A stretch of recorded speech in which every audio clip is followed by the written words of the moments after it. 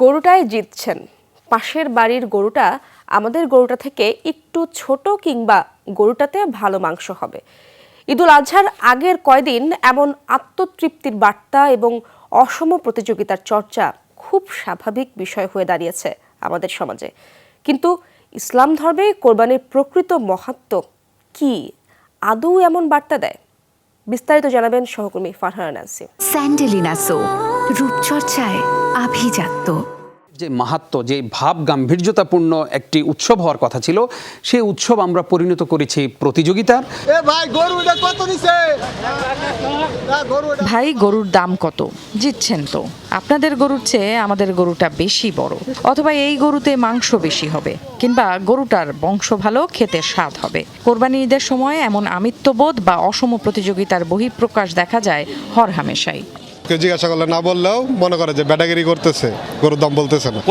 মানুষের মনের মধ্যে একটা তৃপ্তি আই এক। জিতছি কিনা বা হারছি কিনা এরকম তো বিষয় না, বিষয়টা হচ্ছে যে আল্লাহর নামে কুরবানি দিচ্ছি।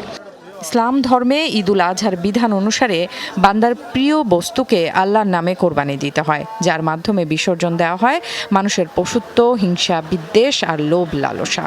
আমাদের এখন হয়েছে প্রতিযোগিতার কোরবানি। আমরা কার পশু বড়, কার পশু ওজন বেশি, কার পশু দেখতে সুন্দর, এগুলো নিয়ে আমরা প্রতিযোগিতা করছি।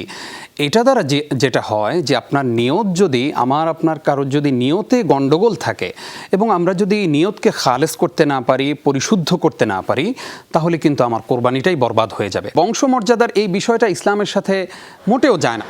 ইসলামী চিন্তাবিদরা মনে করেন, ঈদে কোরবানির পশুর দাম, সাইজ কিংবা ওজন নিয়ে যে শো অফ করা হয়, সেটা কোনোভাবেই ইসলাম ধর্মের বিধানসম্মত নয়।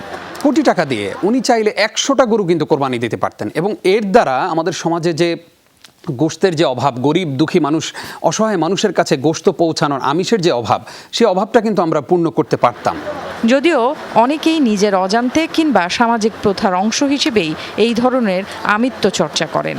গরুর সাথে যে কানেকশনগুলো হচ্ছে, এটা মায়াতে কনভার্ট হয়ে যাচ্ছে সব কিছু। বেশি কম লইয়া বাহাদুরি করে যে আমি বড় গরু কিনছি, উমুকে ছোট কিনছে, এটা তো কুরবানি হইল না। 10 টাকা বেশি যাক, সমস্যা নেই, সুন্দরটা চাই, আল্লাহ যেন পছন্দ করে, মানুষে দেখানোর জন্য না।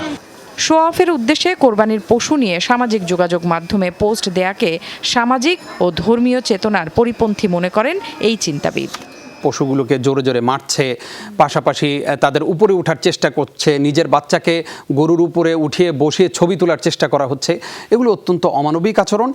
আমরা একজন ইমানদার হিসেবে, মুসলিম হিসাবে এই কাজগুলো আমরা কখনো করতে পারি না।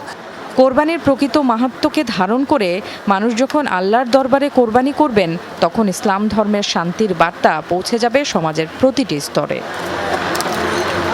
ফারহানা নাসিম, যমুনা নিউজ, ঢাকা।